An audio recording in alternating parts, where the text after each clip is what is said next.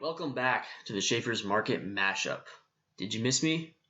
I've been getting some fun stuff together to close down a wild year.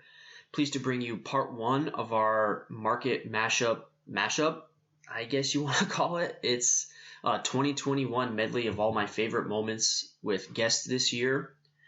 But first I want to start with a huge shout out to everyone that's hopped on the pod this year.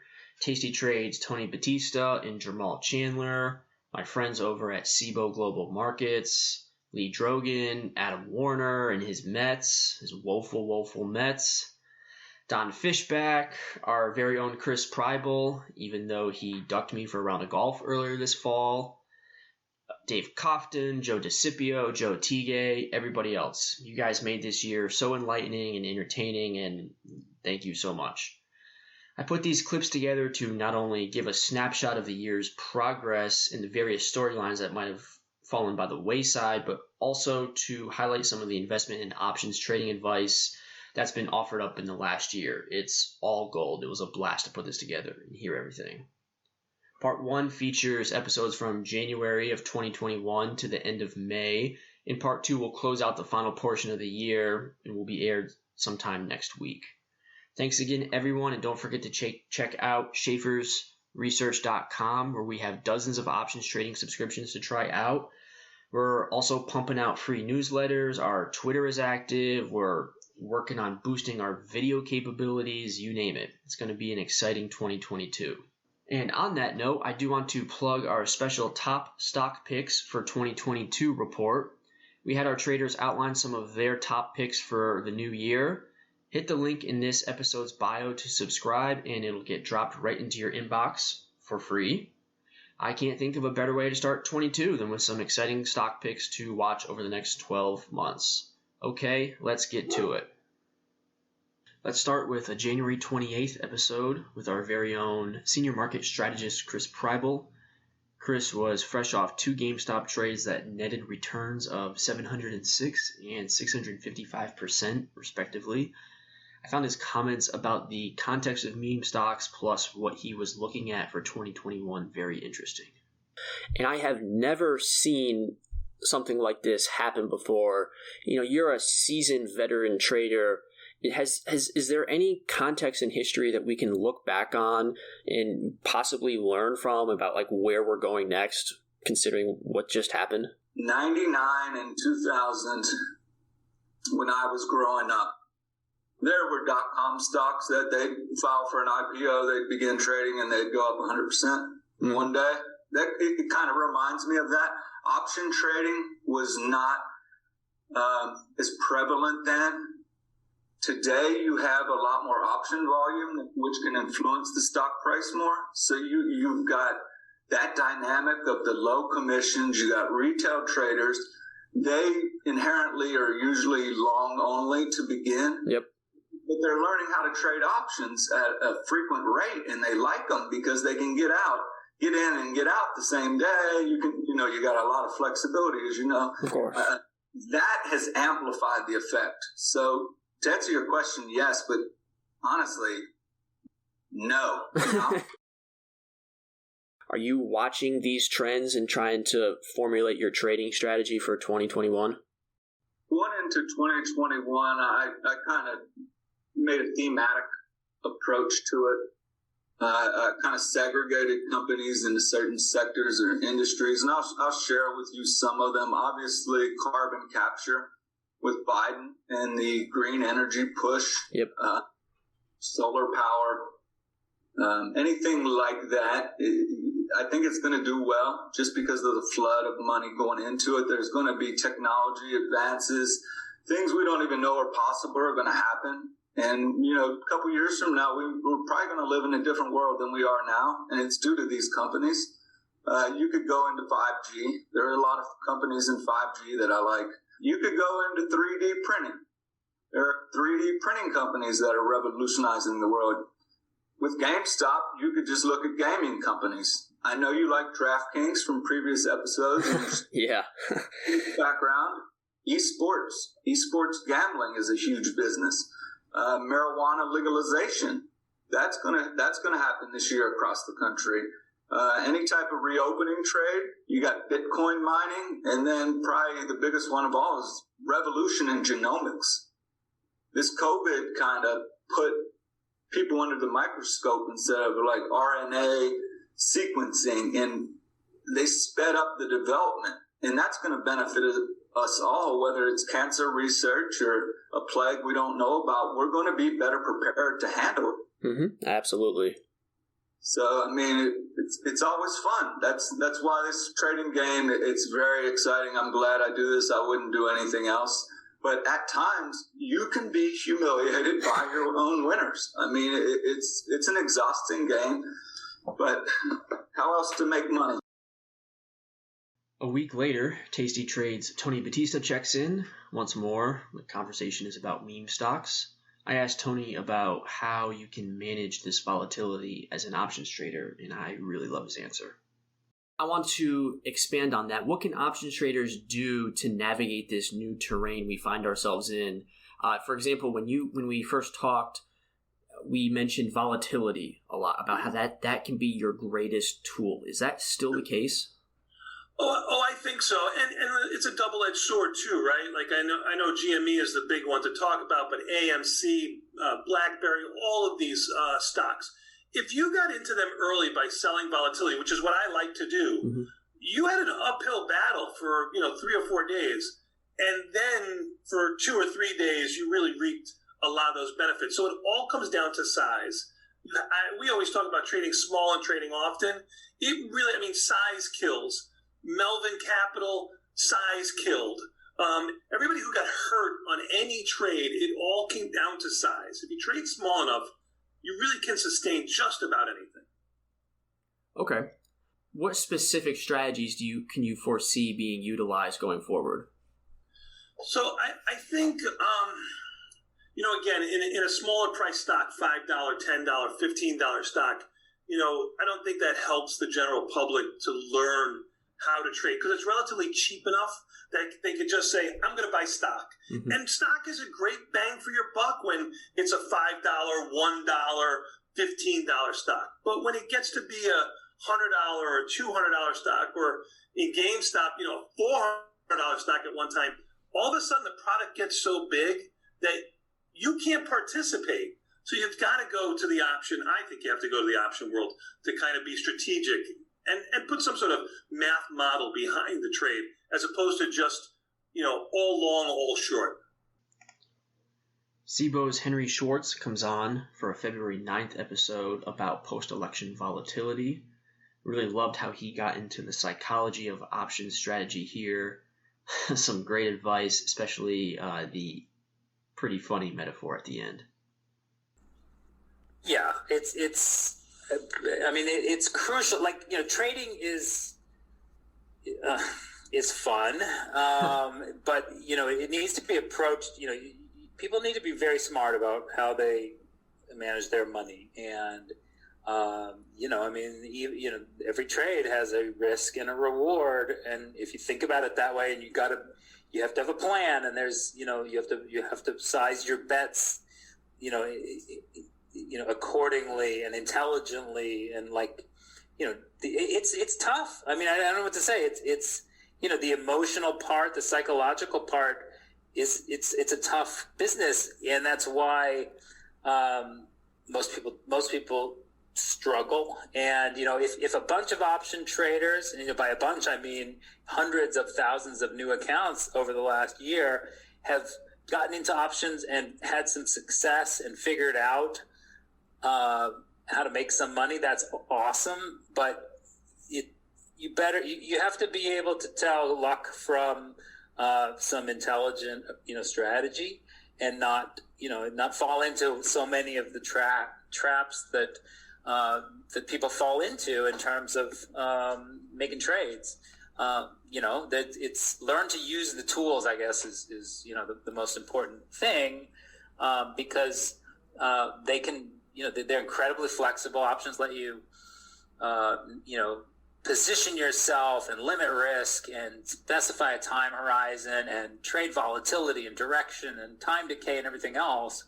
But you got to figure out how to handle all those little pieces of that puzzle. And some of the recent, the GameStop type of activity we've seen, the last few weeks, like that's an incredible learning experience for like how things can go and what bizarro outliers can impact activity. I mean, even just looking at halts, right? Like, you make a trade and you're kind of assuming you'll be able to trade continuously. You're assuming your brokerage platform is not going to freeze up.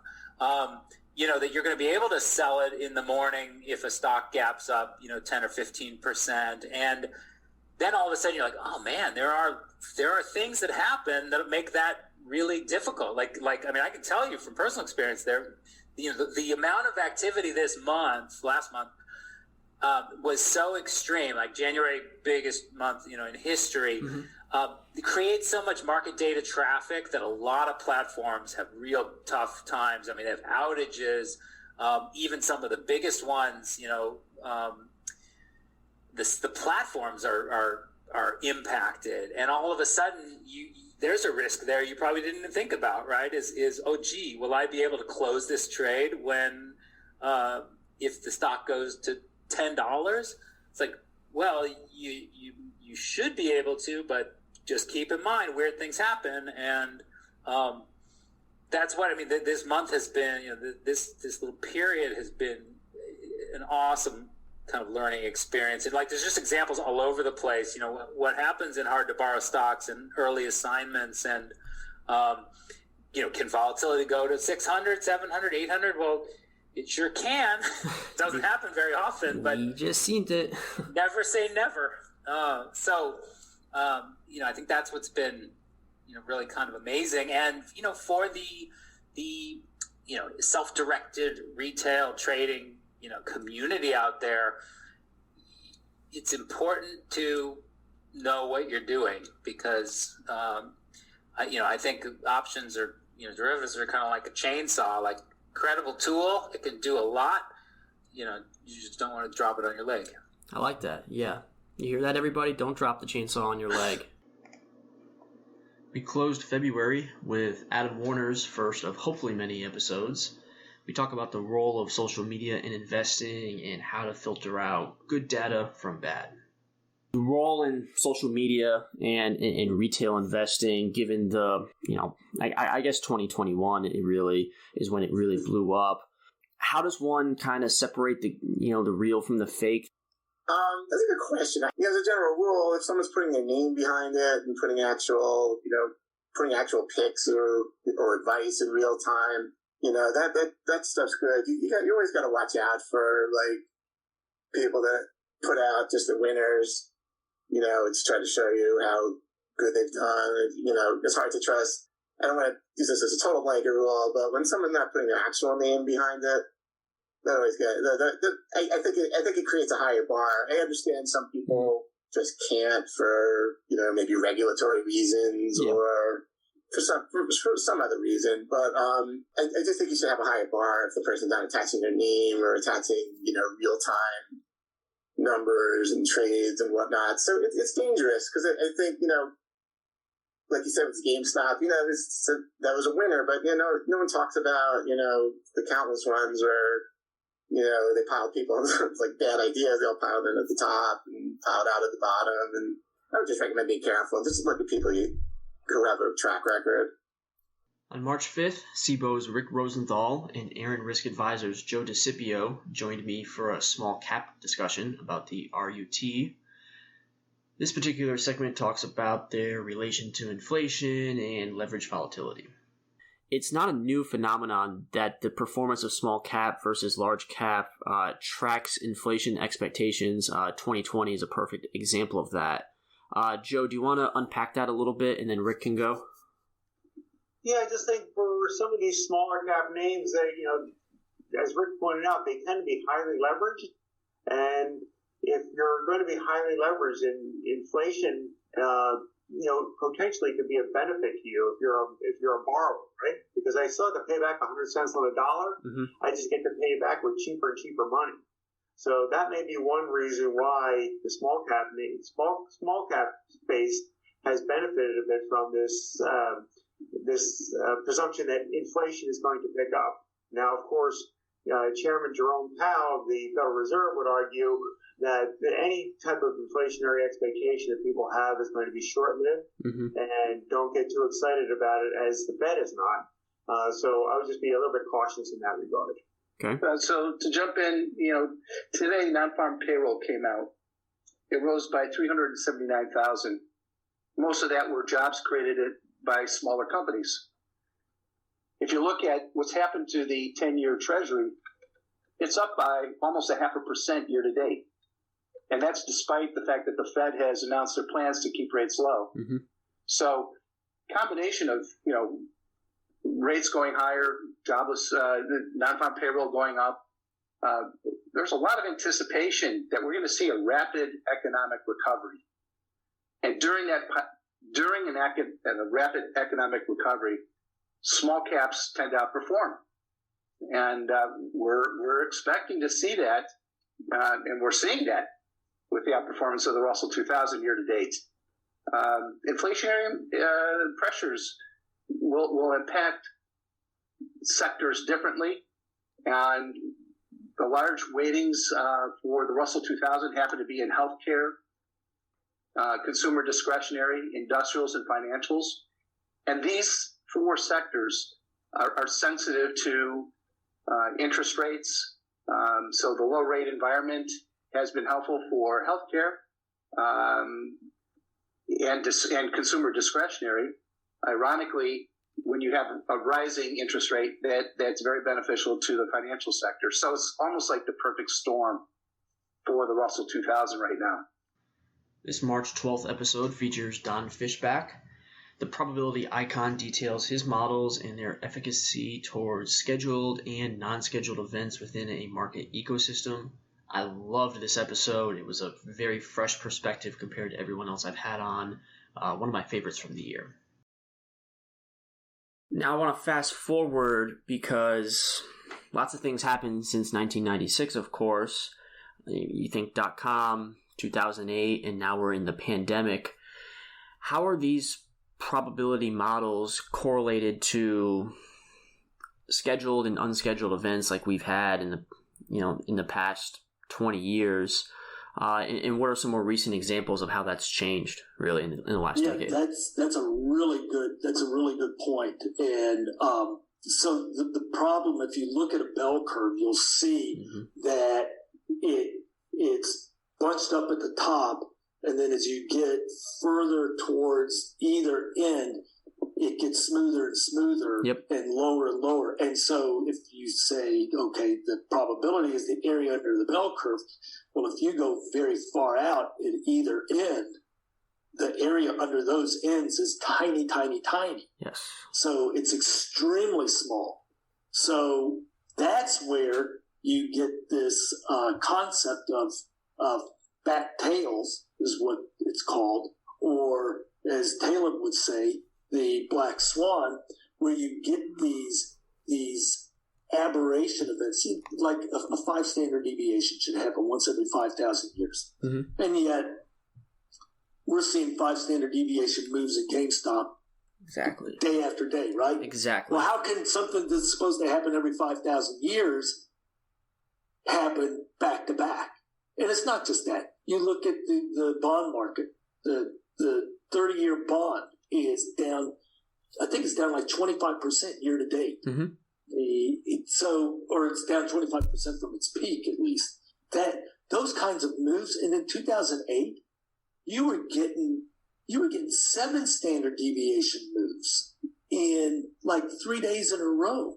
Yeah. Well, that's like that shouldn't happen. Yeah. That's like should happen. I mean, you think 5,000 years, that's longer than civilization. So these things should happen once in civilized humanity's existence, and they're happening. They've already happened a few times this year. And it's not like we're in some special time. Nothing has changed.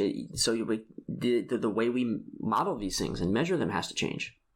Yes, that's right. When you start using real world behavior, you start to see where the models break down, and you can the advantage that the real world probabilities give you, in which the valuations are based on those real world probabilities, you take into consideration those fat tails.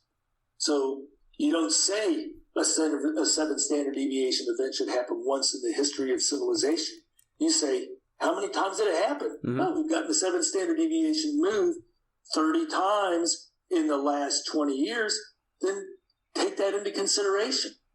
And I think that's so much easier for a retail investor to wrap their head around. Is it not? Yes, it is, because the formulas have certain advantages, and they had their time. What we do is not hard, mm-hmm.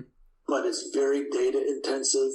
I mean, we're talking about petabytes of data, and that is something that you could not have done. I mean, terabytes of data would have been impossible for anybody to have done back in the 1970s. Yeah, impossible to conceptualize, really. Yeah, it is. So, but now that the technology is caught up and surpassed it, I mean, to do this stuff, we build our own computers, and we use video game cards from NVIDIA, mm-hmm. because they are really good at crunching numbers. Well, cards like that, they're $150 now, or $500. Yes. They didn't even exist 10 years ago. Mm-hmm. This March Madness Roundtable is all about bond yields, featuring Jane Street's Dave Cofton and Cboe's Dennis O'Callahan and David Litchfield. Some insightful interest rate comments here from everybody, especially now, given the last 9 months and what we could be looking at into 2022. What specific strategy do you think has evolved in the past 12 months, and where do you see that going possibly in the next 12 months?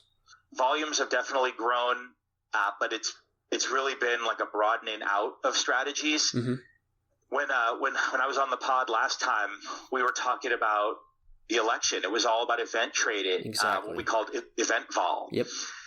And how people were using SPX options to speculate and trade the event of the election, and how you can kind of back out an implied move. With today's Fed meeting, it's really no different. You can, except it might not be SPX that you want to focus on. It might be TLTs. That is definitely kind of the most direct security when you're talking about the impact of interest rates. So people are bidding up these TLT options. At last check, the at-the-money straddle in TLT is about 2% of the spot price. Now that expires this Friday. So if an investor buys that today, mm-hmm. they need an excess move of 2% in the Treasury ETF to show a profit between now, midday Wednesday, and Friday. That's a pretty substantial move for Treasuries, and that really shows you the respect the market has given this Fed meeting. Yes. So definitely a lot of event strategies. Mentioned earlier, just in terms of the bang for the buck and just outright puts, people have used outright put strategies in credit ETFs over the past year. Put spreads definitely have been adopted in mass. We're seeing some of the larger trades that you'll see in the products are put spreads. That's when an investor is buying like a near the money put and writing a further out of the money put, and they're cheapening their cost, defraying some of that cost by writing the downside put, while still getting protection over a range of outcomes, just maybe not the tail outcome. And then as the market's evolved, these are all long vol trades I'm kind of talking about so far, but you'll see short vol trades. If an investor thinks, listen, I think this has kind of gone too far, and I think rates might be range bound for a time. Maybe I should look at selling a straddle or selling a strangle, collecting that premium. Now with yields as high as they are and the move that we've made, I wouldn't be surprised if we saw put writers coming in, thinking bond prices may have found some sort of low for now, that yields may have found a high. Definitely could see short vol trades like that. And then finally, some of the option trades that we see really aren't volatility trades at all. Kind of think of them as funding trades or synthetic trades, but borrowing the shares historically in credit ETFs hasn't always been the easiest, particularly a year plus ago, and in stocks like HYG, ETFs like HYG. So investors can kind of replicate short exposure by buying a put and selling a call with the same strike price. And that's not really a play on volatility. That's really saying, how can I use options to replicate a short? And more recently, the borrow's become a little constrained again, and we've seen more volume kind of executing that trade. The next episode was recorded on the 1-year anniversary of the big VIX spike in 2020 that featured the onset of the coronavirus pandemic, which we're still in. Joe Teague of Equity Armor Investments and Cboe's Kevin Davitt talk bull bear market cycles, which seems pretty relevant right now. Yeah, we love to pinpoint dates, right? I think that's a natural inclination. Mm-hmm. There's probably a couple of ways that you could answer it from a technical perspective. The kind of 2009 to 2020 bull market run ended in March of last year. Now, from a purist standpoint, if you get a 20% move lower in the broad market on a closing basis, textbooks will refer to it as a bear market. Yes. But as I alluded to a minute ago, this bear market was unlike any other. The last two technical bear markets ended in March of 2009 and October of 2002. Those took 517 days and 929 calendar days to play out. The 2020 version took 33 calendar days. So back to your point, if your primary concern or risk is price, then a new bull market began on March 23rd of last year, and it's just over a year old. Joe and I are both kind of focused on derivative markets and volatility, which is a critical component with respect to things like futures and options, those tools. And I imagine we'll get to those or to viewing the market through that lens shortly. But from a letter of the law standpoint, bull and bear markets are defined by 20% closing moves higher or lower. Wonderful. Wonderful. Joe, what do you got? When it comes to just that stretch, I obviously focus on the VIX a lot, and the VIX sometimes is a leading indicator or an indicator, and I noticed when the market bottoms and the VIX peaks at the same time, that can be a change in sentiment. Of course, that happened in March.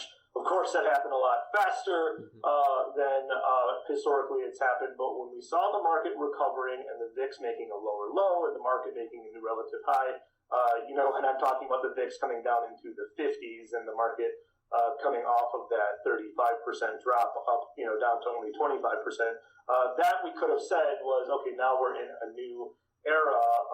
But again, it was only known in hindsight. We didn't know it when it was actually peaking. So that's just kind of the uncertainty of it and what happens with vol. Leigh Drogen is the guest on this April 13th episode. He's the founder and CEO of Estimize, and he takes me to school on earnings trends. How does one, or like, what did you guys learn when reading the tea leaves on these earning trends? And can you walk me through kind of like the guidelines of that someone should use when trying to read and unpack these earnings trends? Yeah, absolutely. So there are two ways to think about playing around earnings. One of them is kind of a more discretionary, I really like this stock. It's a holding of mine, but I want to understand if I should get heavier or lighter in the name, or I want to understand if it's, a major risk to me if I have a really high position, really heavy position in either direction going into the announcement. The other way to think about it is from a purely kind of quantitative perspective, which is there alpha to be picked up by short-term trading in a lot of different names throughout a quarter to capture some arbitrage? Yes. Adam Warner's back for a May 14th episode about the VIX. It's a back-to-basics conversation that really helped me understand what's behind the VIX spike, the volatility involved, and how a trader can possibly exploit it for their benefit. They come across an article and they say, the fear gauge hit its highest level since March as the rest of the market is selling off. What does that tell a retail investor? Generally speaking, the VIX, they nickname it the fear gauge. It's an index of the volatility of index options, basically.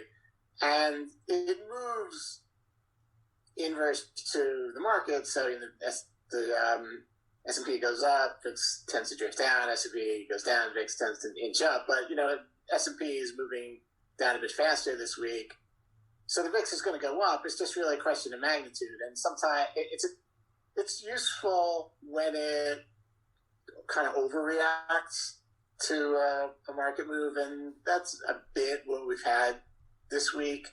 It's and from bottom to top, let's say it's up about 10 points, and so that's like 60% or so. It's a little dangerous using percentages because it's often a low number, but that's a pretty big move.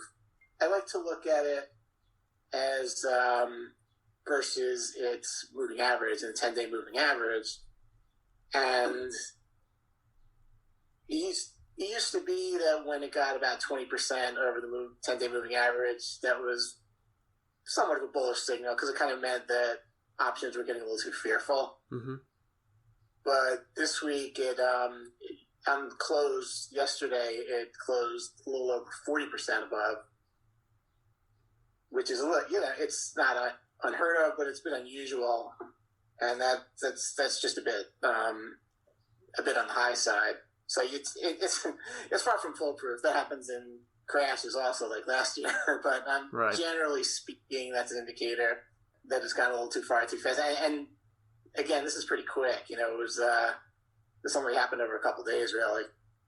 Last Friday, VIX closed. I think it closed at 1669, and yesterday it closed at 2779. So actually, I understand that's 11 points. Yeah. So that's a big move in a few days. But I do think it's important for retail investors to kind of have that information in the back of their head for when it spikes, how to kind of react.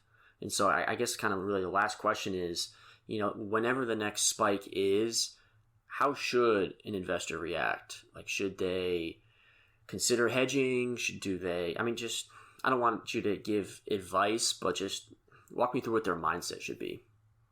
Yeah, I tend to like to go a little long into VIX spikes, but again, I would emphasize it works more than it doesn't, but the accidents are brutal. So you do have to have an eye for the door that, hey, maybe this is a really bad timing. So generally, I think you should always. My dad actually told me this.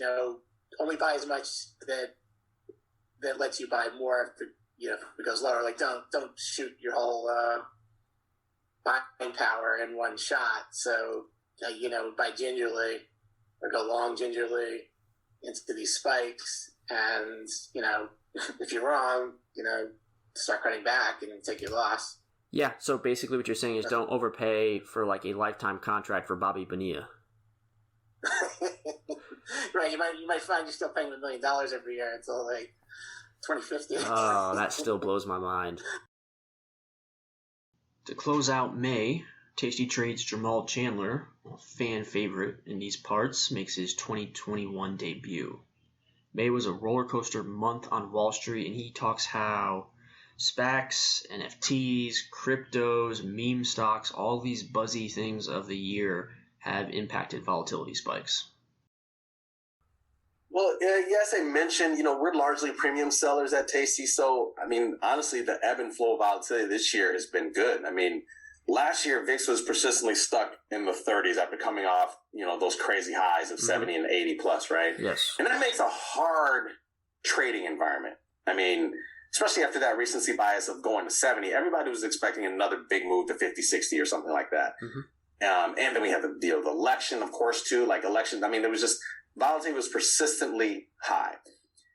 This year, we've seen volatility, or I should say just the VIX, for example, at 30, and we've seen it as low as like 14, 15, all within the first 5 months of the year. So for me, I'd say that makes a great trading environment, allows people to sell some volatility, and allows you to close out, some trades if they work or not and move on to the next thing, because vol is not so expansive that you can't, reach across bid-ask spreads for options. So I think that's been pretty decent, but you have to exercise some caution for this year because we got some new beasts out there, Patrick. I'm sure you heard of them, and a lot of them are are sometimes they're just letters like NFTs and SPACs, right?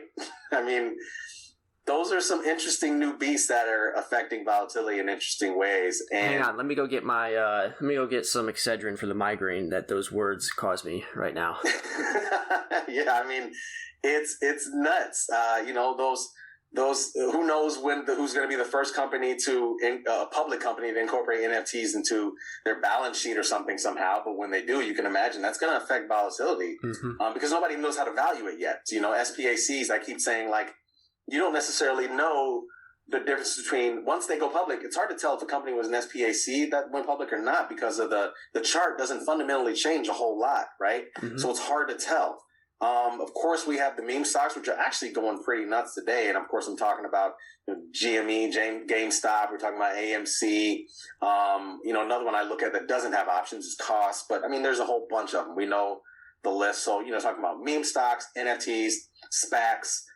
Fundamentally, we've seen volatility change a good bit. And if you don't think they've affected volatility, I mean, just line up a GME chart with VIX on the same chart and look back at February, March, and you'll see they were moving in tandem. Yep. So it's crazy. And then not to mention cryptos. I mean, that's a big craze right now. So how does volatility, how does that factor into volatility, particularly when you're talking about one of the largest companies by market cap in the S&P 500 and Tesla that's intertwined with Bitcoin, right? So These are interesting times.